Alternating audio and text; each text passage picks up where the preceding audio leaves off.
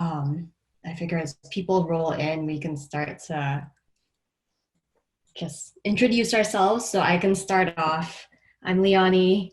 I'm based in Austin, Texas, formerly Code for Boston, and I am the co-captain here at Open Austin. Been around for 1.75 years here at Open Austin. And I will popcorn it to Tim. Hello. Hi, I'm Tim. I lead Code for Nashville and Open Tennessee, and I've been involved for about 4 years. I'm also briefly going to mention, I think a lot of people have been in other sessions, but Code of Conduct still applies here, as well as some community norms. Uh, I'm sorry, I just got really distracted by Damien's screen. Um, okay, well at least you're live. So you got a video in the background, someone interacting with you on repeat. That's pretty engaging. Okay, sorry. So yeah, just a video of myself. Sorry to interrupt. No, it's awesome. Okay, so a community norm that I like to promote on conferences is called WAIT. So ask yourself, why am I talking? Why ain't I talking? And whatever, whether you tend to talk more than other people or less, to come to the middle and get that maximum value of participation evenly across the group. So sorry, I just co-opted a little bit, Leonie, but I just want to make sure everyone has that level set in the beginning. And intro. I popcorn to Damien. Oh, well, I'm not good enough to be able to talk with this. Please, I'm just here to listen and to understand everything about the brigades. I'm new to the brigades. I'm long for development, but I'm honored to help out with anything I can. I belong to the Code for South, which is actually South Florida. We've been lucky to, I guess, choose that name. I guess we will eventually, I guess, take over the whole South, including Texas. But I don't think we can accommodate get that high as an honor as Yanni has done. So please, I'm just here to listen and enjoy my video.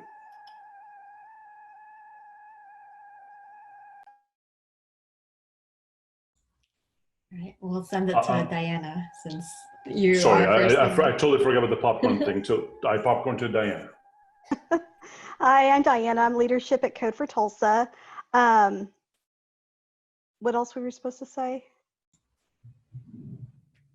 Tulsa is perfect. I'm exhausted after a full day. And how about Rashawn?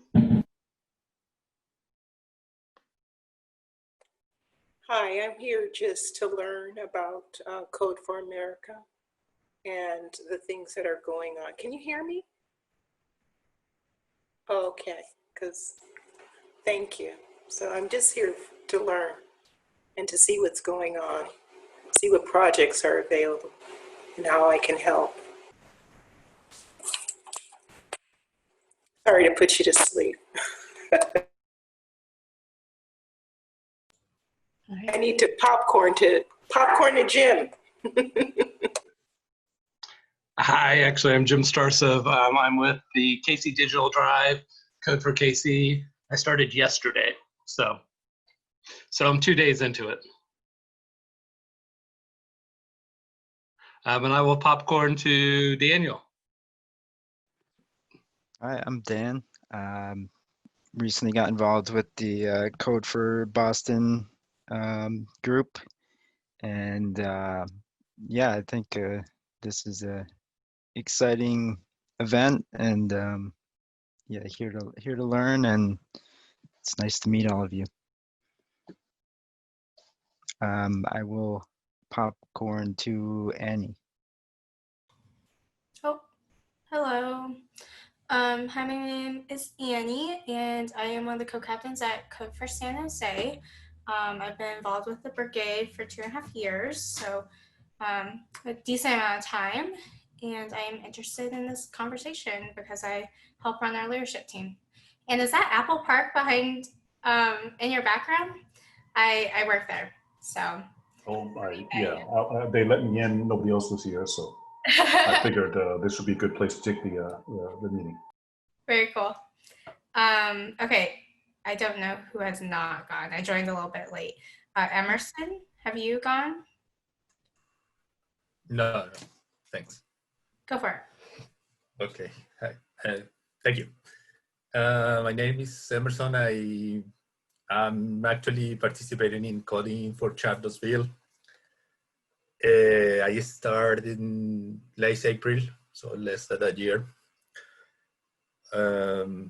I'm here because I wanna evaluate the possibility to start something local. The code for Charlottesville is about 2 hours from here.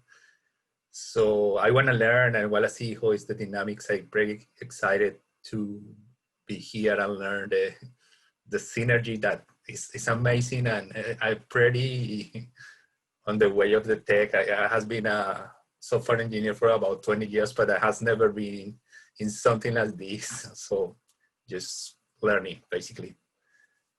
Thank you. I don't know who else is pending, so I think Melanie is the only one I haven't heard. I think there are a few other people, but I'll go.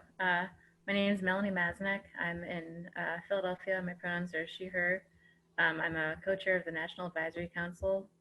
I'm not sure if there's any other question I'm supposed to be answering. Glad to be joining you all for this conversation. Can someone raise their hand or just nominate themselves to go next? It wasn't structured, but that was perfect. Actually, since we have 3 more people, we'll cut it after these 3. I saw Diana Laster from Code for San Jose pop in, as well as Christina, and I don't know, all these thumbnails are like moving around on my screen. And I think there's one more person. I see Kelly. Greg, do you still need to go? And Kelly, yes. Hey, my name's Kelly. I'm a volunteer with Get Your Refund. All around enthusiast of this conference so far. I've been sparked by the last session with Trevino, and really looking forward for this session. I think there should be some interesting learnings here, as well as some tips we can share with one another. And I think that now goes to Diana. You haven't introduced yourself. Hello. Hi, I'm Diana from Code for San Jose. Cool. Who is the third one? I can go. I'm Greg, Director of Code for DC. All right. Yeah. Awesome. I think that's everyone. So welcome. If people roll in after, we'll just, if they speak, then they can take the chance to introduce. Sorry, did we miss Tom and Christina? Maybe? Sorry. You're right. No, you're right. Hi, Christina from Code for Orlando. Let's get the show on the road. I'm Tom at Code for America and also somewhat active in Open Oakland. All right, awesome.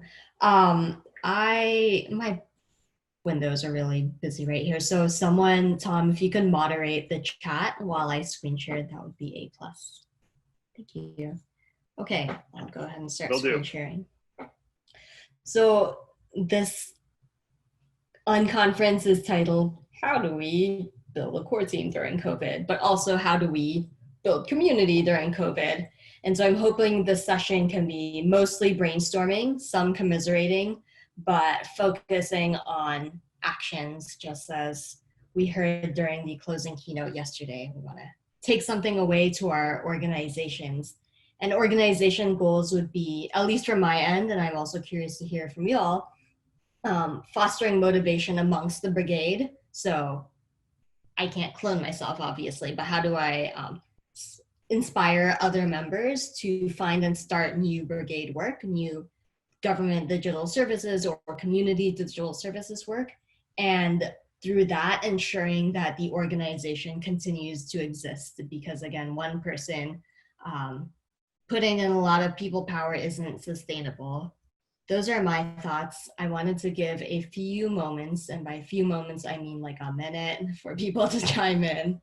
I can add sticky notes here to capture. Something I'm really interested in that I think is related to this conversation, or I think might be related, and I'm interested to hear everyone else's perspectives, is what it's like for people to join who are not part of brigades already, who have joined this year during this pandemic, or people who live in an area where there isn't a brigade. I kind of think there are small brigades and there are people doing a lot of work, and then there are also people who are unsure of where to plug in. I feel like those are my hope is that those are related and we can solve one problem with another, sort of. I think I can add to that.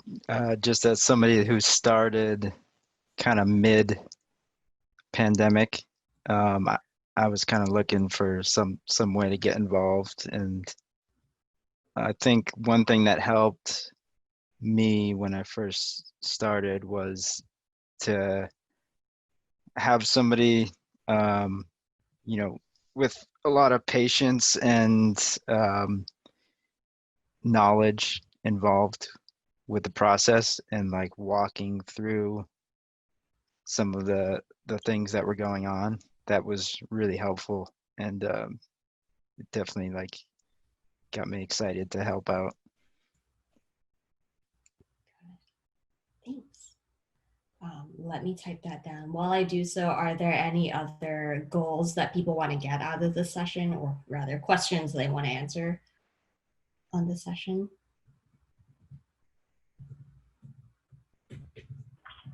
I think it I'll would add be one. great. Oh, go for it. I'm sorry, Tim, go for it. Just going to quickly add from Code for America staff perspective, since I'm on that, I want to know how Code for America can support brigade leaders going through this time.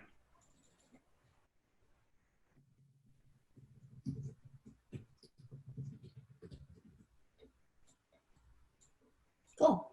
Okay, well, I will move on, but definitely if things bubble up, things you're curious about as the session progresses, definitely drop it in the chat, say it out loud. But I did want to briefly go over, before we start talking about, hey, patients really helped, or this facet really helped, specific tangible tactics, going over the constraints that at least we have seen, Open Austin has seen in COVID, and hearing from you all what else there was. I have organic connections are stifled. I can't just say, hey, let me talk to you. Oh, let's go to another table. Right? There is no other table. Zoom's kind of awkward. I'm very talkative now, but I'm not usually talkative when I am the only one in the Zoom room. There's lack of spontaneous conversation. And then another big bucket is cross-project cross-projects connections are stifled. So project to project, the left hand doesn't know what the right hand is doing. We're pretty much limited to community action nights, I don't think, or project nights, that's what we call them. I don't think anyone's saying, hey, do you want to hang out after hours or whatever? No one's hanging out. And then connections are overly structured and or non-existent. These are some of the pain points that I've noticed. And again, before we move on to how we can address these pain points, what tactics we can implement, I'm curious to hear from anyone else on this call if there are other frictions that you've noticed as you've watched your organization flourish, not flourish, during the past 6 or some number of months, math. So really seeing what the problem space is first. I think we had some opportunities sort of lost, not necessarily about flourishing or not, but we were just starting to think about meeting in, we've tried to meet in libraries for a long time, and we were just thinking about wait, the libraries are very privileged in where they're located and what resources they have in different neighborhoods. And so to meet in the neighborhoods that we wanted to become more involved in, we decided to start meeting in like community centers. Anyway, so we had this kind of new idea, but we can't meet in either now. So there's not a way, I guess, spatially to relate to different neighborhoods, is what I'm saying. Not as easily.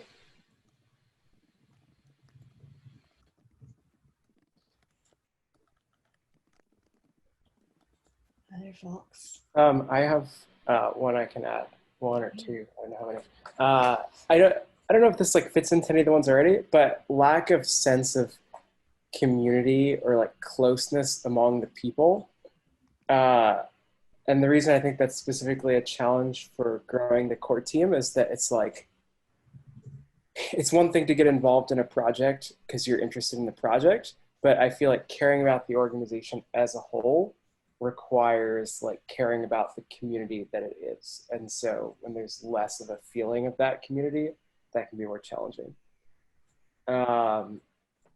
And then another one is that our turnout has consistently been about half of what it was before, back when we were meeting in person. And so that's, potentially half as many people who could be core team members.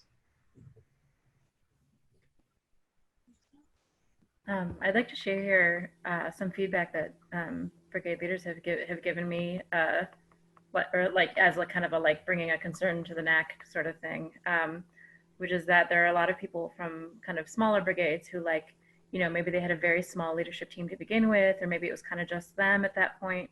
And then, COVID happened and like either their work or their personal life, for whatever reason was like deeply impacted by this pandemic. And, people homeschooling their children, people who work in government who are suddenly slammed. And so kind of they're in the situation of being like the only leader on their leadership team because they are in a small brigade.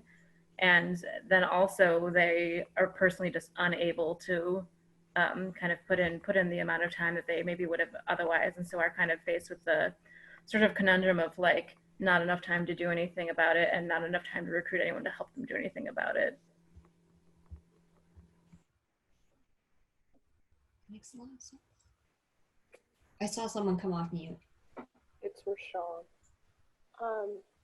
Has it been because everyone is so uncertain about what's going on during this COVID period? I mean, we're all uncertain about the future. And so we kind of just, we're looking for direction and guidance. That's a question.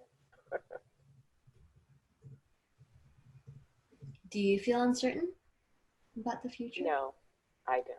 But I have a lot of clients that are feeling that way. How do you think that uncertainty is playing into behavior? There's just so much going on right now. We've got COVID, we've got our political situation going on, we've got, a lot of protests in the streets, a lot of disruption. So I think that we're all kind of trying to figure that out. And how do we move forward through that in order to be productive? Yeah. That's a good point, the uncertainty. I've never thought about it concretely in those terms. I've just had feelings. And I'm curious to hear what other brigades or what your organizations are doing to address that uncertainty. It sounds like there's uncertainty in terms of, it doesn't sound like I am just like making things up right now. There's uncertainty in terms of, is the work that we're doing going to change anything? Is what's going to happen to me when the next day occurs, the next day of new bad news, playing into, is the work that I'm doing here in my brigade doing anything? which kind of is distinct from the patience that Dan mentioned of being welcoming and supportive throughout the onboarding process. So I'm wondering if folks have any tactics for those two aspects of showing that your arms are wide open from a distance of 6 feet, and also allaying those concerns and uncertainties that people have. I'm gonna put insights in green. These like warm colored shapes are kind of the pain points that I've noticed people saying.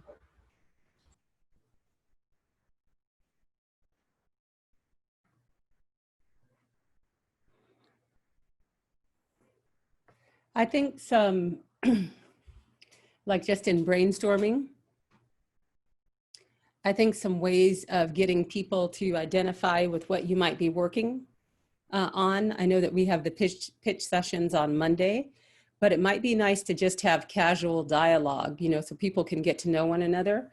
And then definitely for the new people, we saw it in some of the earlier sessions this week, as well as the session that we did last September, that the new folks are a little bit apprehensive as to how to jump in and where to jump in, because they don't necessarily know, they don't have a full sense of the culture and how things work.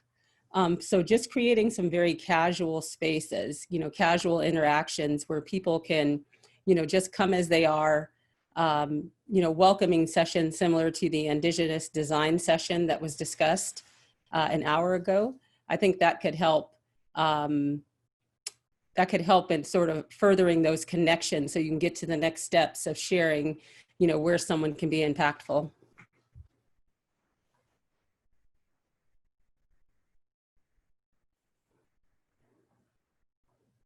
Those are good points.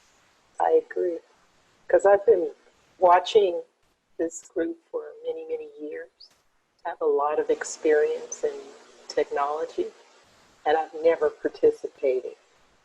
This is the first time, and I think it's because I'm home. I don't have anything else distracting me. I don't have anywhere else to go, and I'm always looking for a connection. So I agree with everything that she just said. It would be also nice if there was a list. We could cross-pollinate if we had a list or a board. I don't know, you may have that, of projects that are being worked on. And if it's a project that is passionate to my heart, or that I am passionate about, then to participate on that project, because I'm much more motivated when it is something that is close, near and dear to me. Agree. And I think too, just going past the projects, what I've seen is that we have, the pitch sessions, we have discussions. I've attended things, I put things in Slack, but I think it starts with that connection first. Is there a connection, amongst the people first? And then from there, you can start dialoguing on passions you have in certain projects, like Diana did with Tim and I yesterday and today, where she said that she had some interest in some of the Indigenous discussions going on through the conference this weekend, because she wanted to be able to apply those in her local community in Oklahoma. So just having those casual discussions first before we jump in, I think could help facilitate these connections.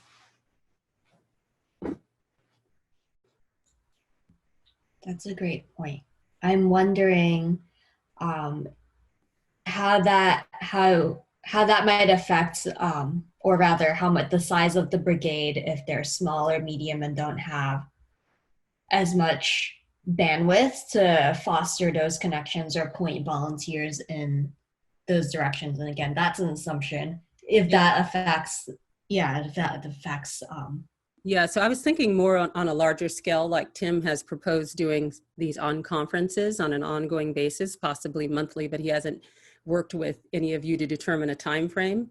I know that since, we have gotten virtual, the one added plus, and then I'll step back and make space after I make this statement, is that I've been able to access so many different brigades, from Seattle to St. Louis to some in Florida and also Maine, and they've all been super, super welcoming. So just being able to have that dialogue, just that connection dialogue on a broader scale, and then from there, the pitch competitions will have more context. And also people will have more direction for where to reach out to.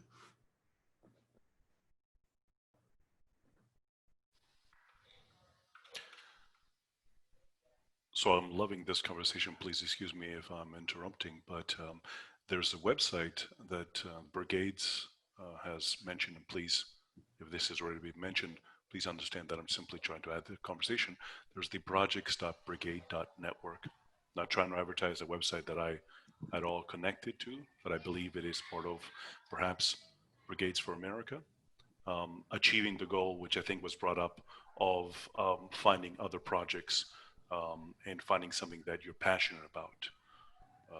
Also, I agree with the last statement, which was I'm not too associated with the Brigades for South, Code for South, but I'm associated with a particular meetup that I run, and it is amazing how much of an ability this COVID has brought up for me to be able to join teams I would not be able to join.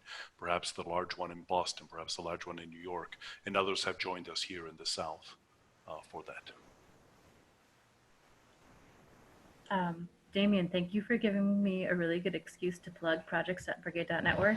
I am one of the people who helped build that. It's still new, and it's still, in my opinion, MVP. So if anyone's interested in helping building features for that, we'd really love to have you come find us over in the Code for America Slack channel, the Brigade Project Index. This is just kind of one of the front ends. And so if you're at all interested in it, or you have ideas about features you'd like to see, or just opinions, and generally, we would really love to hear whatever you have to say about that website, and would love your participation in building it.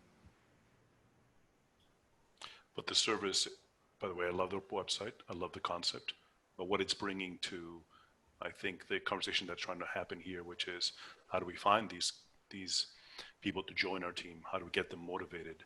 How would someone like me, which is new to Code for America and Code for South here in South Florida, how could I join? This is something that I might run into, might be sent by somebody else, and would be excited with to join. Hence, achieving the goal we're talking about here, hopefully. So thank you for creating that website. And that's all I have to say. So I'm actually curious. Thank you for outing yourself as a new joiner.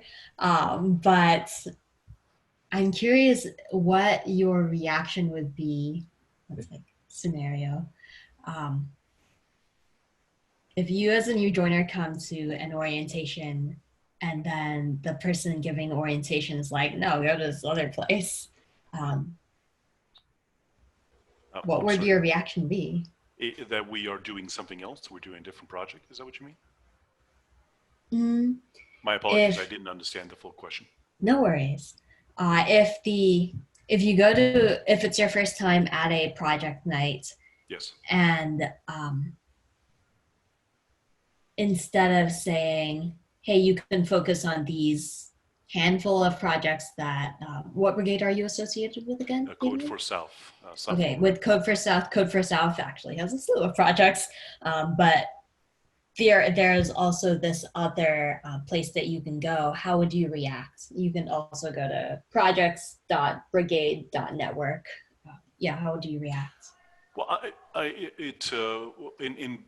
think that would bring people to Code for South, as well as if I got there and I didn't find the passion in the two major projects that Code for South are doing, which are very large and very impressive, and I felt my skill sets would not be able to help in that.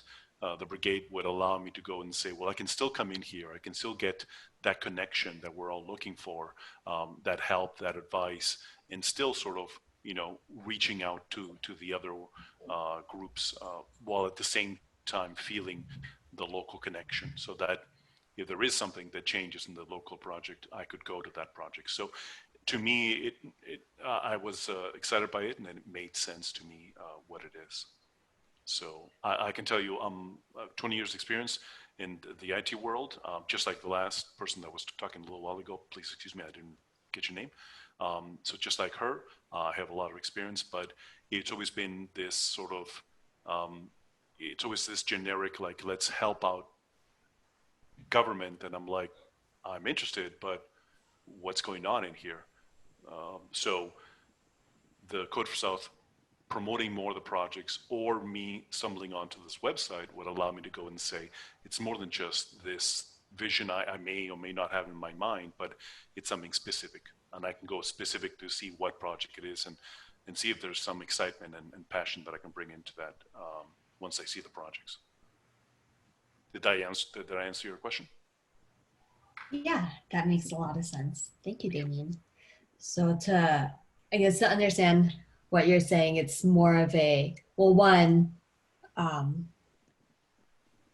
having a place that you can look outside of the brigade allows you to find those interests that might not necessarily be reflected in the brigade project, but it's not like you're saying, oh, I'm no longer affiliated with Code for South. You're still a Code for South member, but you are doing this other thing with other brigades. Yeah, and I would feel that I get that reward I get of joining the group, and at the same time a different, and unfortunately some of these things are selfish, right? The reward I get of contributing to another project that either A, I'm passionate about, because I'm like, that's what I want to do, not this, but also there I can help while I may not be able to help, or I may not feel I can help in this project. So I get a little bit of both worlds, but this feels more, so that's just my 2 cents. Yeah, that makes a lot of sense. Christina, I'm wondering if you could say more about what you put in chat. As someone who's kind of a brigade cousin to Damien, I could see partnering with someone in a tangential like region and directing, I guess, new members towards local regional partners like that, because at least with Florida, we have common problems. And if one brigade is focusing on that problem at large, it just makes sense to buddy up with a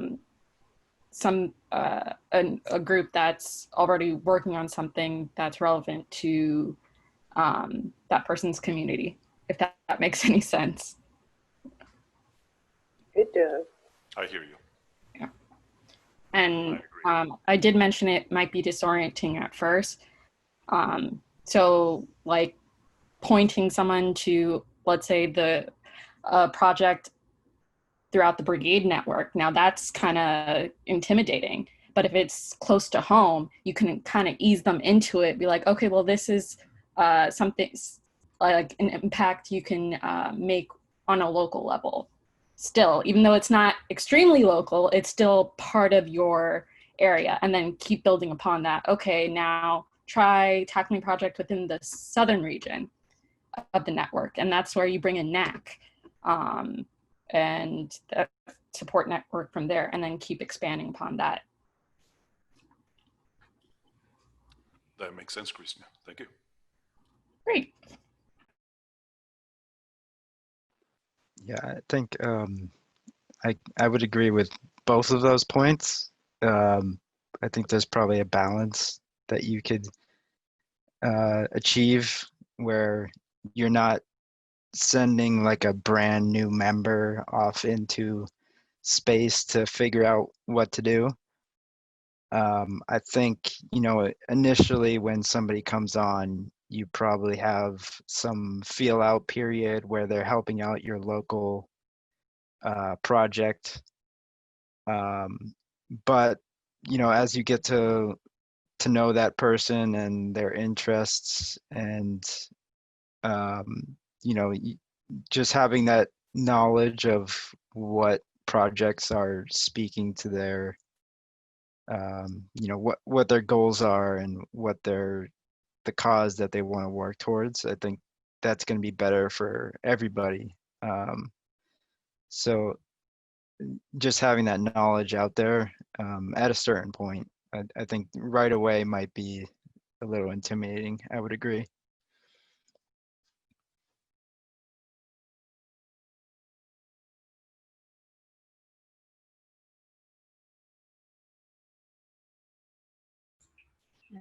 Thank you all. So it sounds like adjusting from the point of view of, okay, we have a new person, changing how we direct that new person to projects. So increasing the suite of options that they have to direct that energy, because that energy isn't necessarily going to be, we're not bound by the constraints of, oh, we live within 5 miles of each other, or however large your geography footprint is. Okay. I'm curious what folks from larger brigades, what your thoughts are. I know some people mentioned we lost physical spaces, we just have a lower turnout, and there's a lack of closeness, which we did kind of talk about, but I feel like there's something we talked about, specifically like a new joiner experience and how we can channel energy. But there's another aspect of I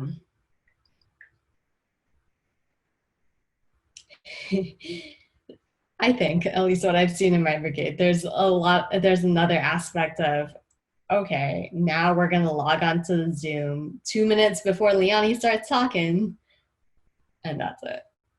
So the idea of spontaneity and organic connections, I think, is missing. So I would want to hear from larger brigades if you've also felt that, how you've tried to, experimented to circumvent that, and maybe those experiments didn't work out, or other tactics you found successful.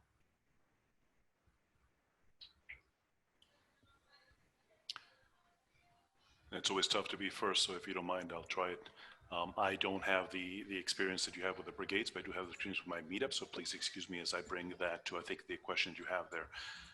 Opening questions, opening ideas. Hey, show us your keyboard. Everybody has some ridiculous keyboard in front of them, or something to let people come out, because I believe that what you're saying, Leonie, is I experienced it completely. I want that experience of in my particular meetup, which may be similar to all the brigades, to be able to have a conversation as we always do in real life. And now this COVID, it is, I believe is what you're saying. It feels like I'm on Twitch. I'm on Twitch and everybody's watching me doing this presentation. There's not that much interaction. So I find little things where everybody has to talk. And what we've done earlier with that, passing the popcorn to, that worked great. What has everybody else done?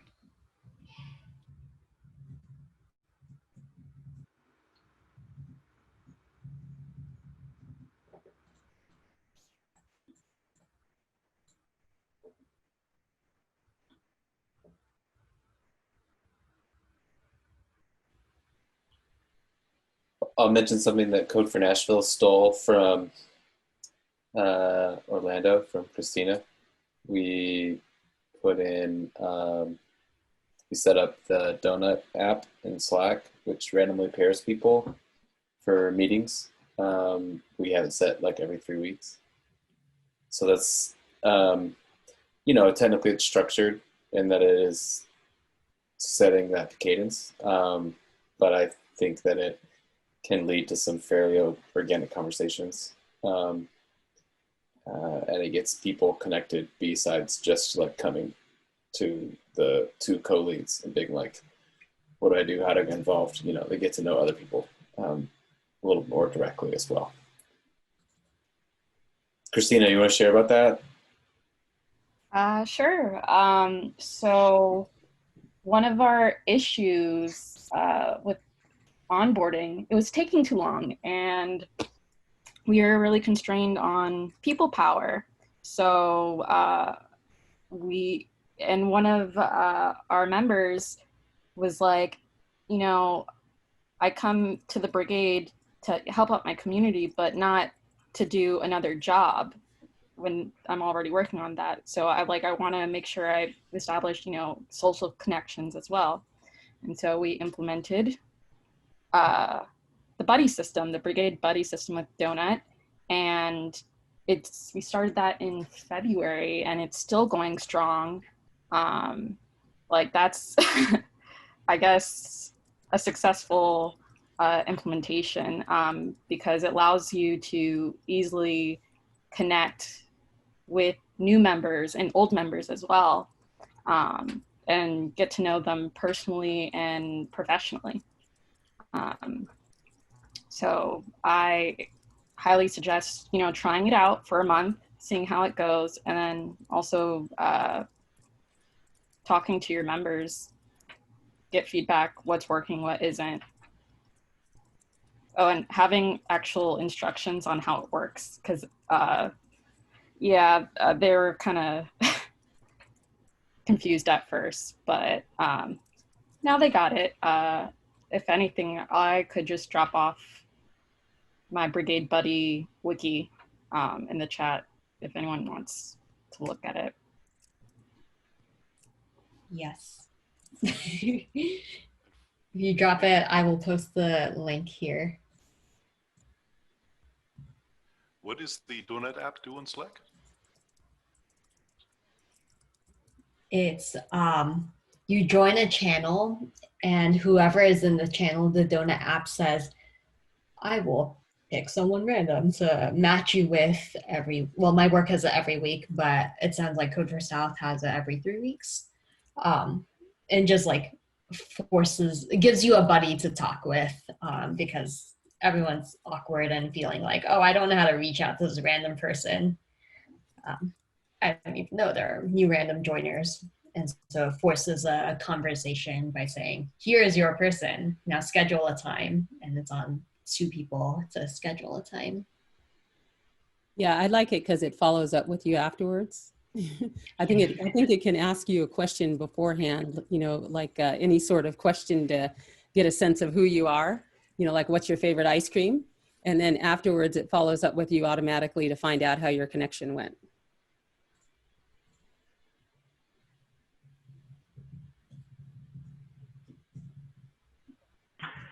At Open Oakland, I don't think we have like a very good way to do things. I don't think anyone at Open Oakland would be like really proud of some of our approaches, but I think that it does work okay. Some of them are, we have like an intros channel, so people who join are encouraged to like introduce themselves to the group. We have like an onboarding session that happens every week. That's like with one of the core team members to like get to know everybody who shows up for the first time and kind of orient them towards a project that might match their skill set. And I think that's like only the couple things that have happened. I'm trying to think of what else we do. I think it's a huge challenge to like get people to feel comfortable in the group. But I've been actually pleasantly surprised with the number of people. Like the people, like I would have assumed that because you can't go in person, like people would just not be like looking on Meetup to go to events. But that seems to not be the case. Like people still seem to be like, kind of interested in getting involved in stuff. At least like we still tend to get a trickle of newcomers every week. I'm curious if everyone else has that experience or not. But it's definitely less, but it's still like non-zero. And I think the size of Open Oakland has remained constant, or maybe decreasing a little bit, but not like severely. I know for myself, I specifically went on Meetup because I couldn't actually meet up with people in person. So I was looking for exactly that.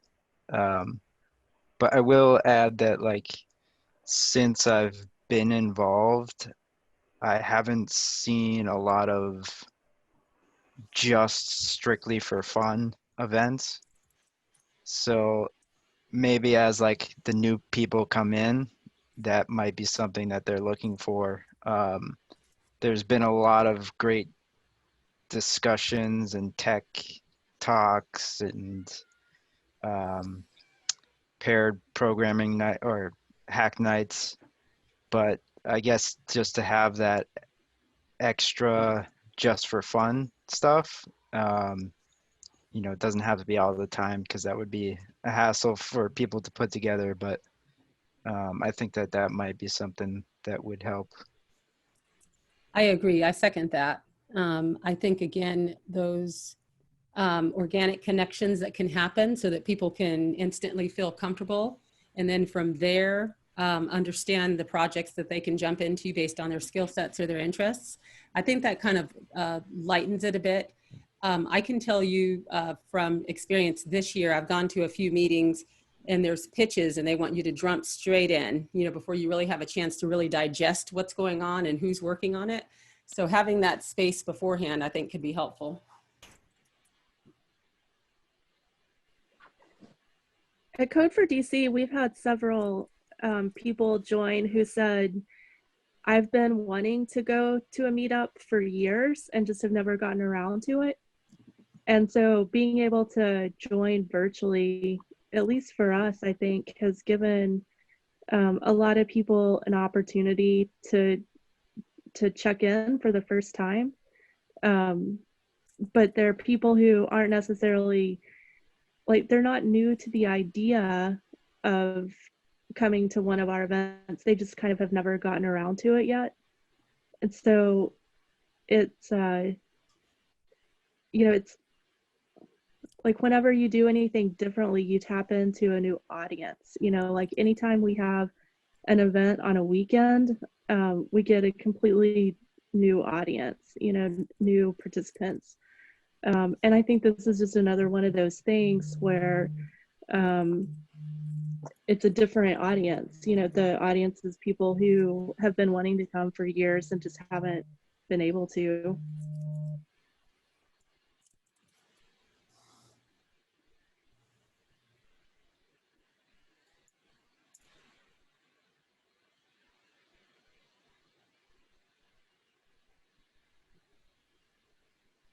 Hi, everybody. I just want to add on to that. So I'm with a very small brigade, Code for Charlottesville, and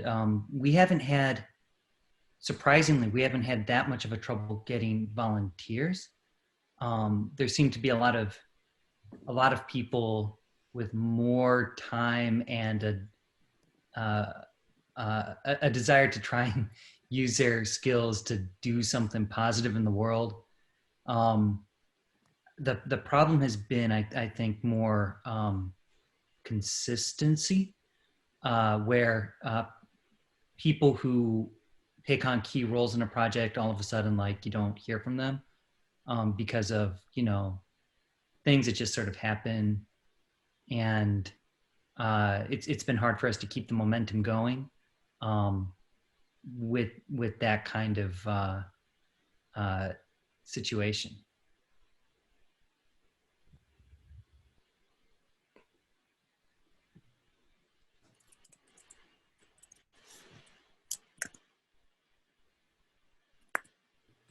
That makes a lot of sense. Okay, we're at 9 minutes too, so quickly to summarize and then prompt us. It sounds like there are many different ways that we could try. We, like, collectively, there are design audits. They are a much more friendly way to get involved than just saying, hey, here's a project. Now let me strong arm you into joining this project. Instead, a design audit is, there's an opportunity to talk more. You don't need to have a level of technical savvy involved. There's also, not Omegle, donuts, pair programming, game nights, shows your keyboard, and these can all occur either during project nights or outside of project nights, like a movie night, I imagine would be too long to be a project night, or maybe it gets co-opted. But then also keeping in mind that each change in programming yields a different audience. So the folks, maybe my assumption is like, you don't want to bait and switch them. You don't want people to RSVP to a project night on paper and then surprise, it's movie night. So that's another thing to keep in mind. Really hammering the intros channel and an orientation, because we don't have those face-to-face opportunities, trying to spur the feeling of inclusivity and community as much as possible, and feeling like there's someone holding your hand, even though that as best you can. Those are, and then tweaking the feel out period of like, you get a new joiner, but then they're not necessarily a returning member because time hasn't passed. So there's that feel out period, different ways of tweaking that to, in terms of saying, hey, here's what my brigade is doing, and here's also what the network is doing to channel the motivation. That's what I got. So thank you all for all of these. I don't know how to turn this into, maybe I'll just screenshot it and throw it onto Discourse. But in the few minutes that we have, 7 minutes, I actually wanted to just open the floor and see if any of these other orange stickies or orange rectangles with filleted edges, you want to talk about those, or if they're kind of like, oh, they're symptomatic of the lack of closeness, or they're symptomatic of lack of getting the conversation flowing. I could jump in about the physical spaces are motivating and we lost them. So we have a pretty good relationship with our co-working space, but given that, you know, in-person events are not reasonable right now, we've asked our co-working space if we could have pictures of the co-working space and to use it as virtual background. So we still maintain that partnership. So it's like courtesy of CoWorld. So they'll always be, you know, in the back of our members' minds, hey, we're still there, just online. And it doesn't have to be the co-working space. It could be any of your partners. And that's just another way to like improve, you know, or foster closeness with your partners, and also promote them, because they might not know your co-working space or the coffee shop that you regularly meet at, or the library that you go to. So just, it's a small ask. They have a Facebook probably and an Instagram, just like, hey, can we have a picture? And usually they will probably say yes. That's a really great idea. Thank you.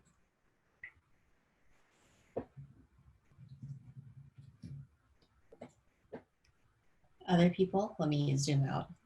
You know, to see me taking notes. Yeah, I would love to hear other thoughts on that same topic around physical spaces, just because I feel like there's such an energy and a vibe to like being there and working on something with people, being able to jump around. Like we would have pizza and, you know, it feels casual, but also just like energized. So I wondered how others are thinking about that, or if you have things that are working in a virtual way. We've been doing, I don't know if you can hear me with the cat laying on me,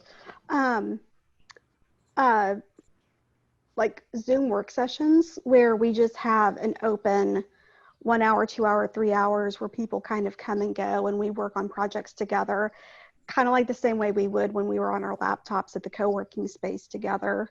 And then if anybody just wants to throw something out, they can. And then afterwards, then we'll all sit around for another 1, 2, 3 hours and drink some beer or something and chit chat.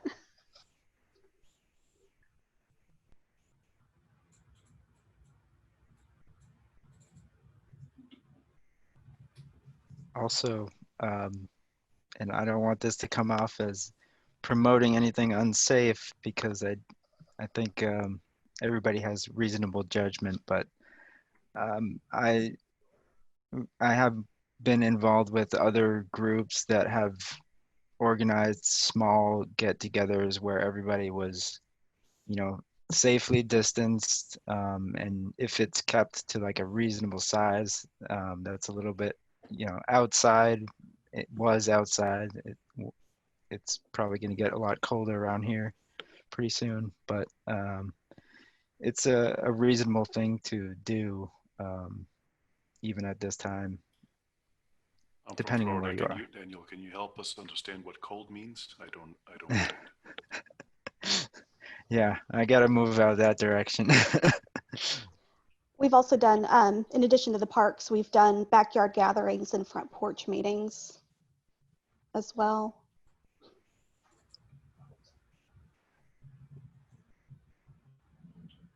I don't know if it's what it's like for all y'all's communities, but Orange County had an initiative where they got a grant and basically they gave to businesses and individuals and nonprofits PPE kits, and Code for Orlando jumped on that.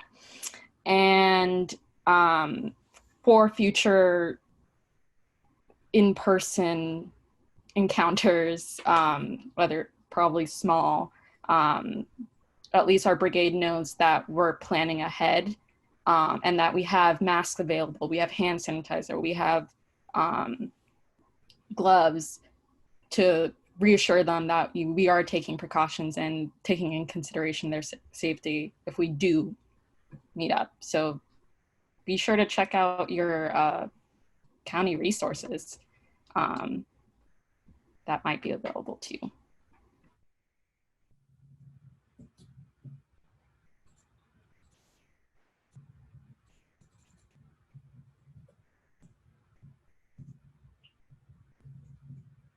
All right, thank you. Okay. With this natural wall, if this is the end of the session, I'll provide some is this the end of the session? Yeah, I was just going to say that is the time, so we should turn it over to Tom. Okay, some orientation for what to do next. So there's nothing officially on the schedule. So at the end of, this is the end of the longest day. Tomorrow we'll be back for like a half day of programming. There are still a lot of people who express interest in like continuing to hang out. I think there's also going to be some unconference pitches for tomorrow. So we're kind of making a game day decision. We're just going to turn on the main room again in the Kiko chat. And so I'm going to do that now, right after I finish talking and saying this. There will be the main room and also the spatial chat room where you can like drag your little bubble around. So I think there's some like games in store that might be tomorrow. I forget, but I don't know. It's going to be fun. Go ahead, take a break. I think you'll be able to like hop in there now, but nothing's going to start there for like 10, 15 minutes. So that's kind of where you can go right now. If you just want to like chill, decompress a little bit, just kind of like do some of this hanging out with people. So with that, that's all I got to wrap it up. Let's all thank Liani for an awesome facilitated discussion here. Couldn't do this without everyone present. Thank you. Thank you. Thanks, Liani. All right, Thank you. Bye. Good to hear from you guys. Thank you, Liani, for that great work on that screenshot, on that chart. Oh, I love facilitating. Oh, this is my You're jam. good at it. To your right. Virtual whiteboards. It was fantastic. Thank you so much. All right, I'll see you all in the main Submit room. unconference proposals. Okay.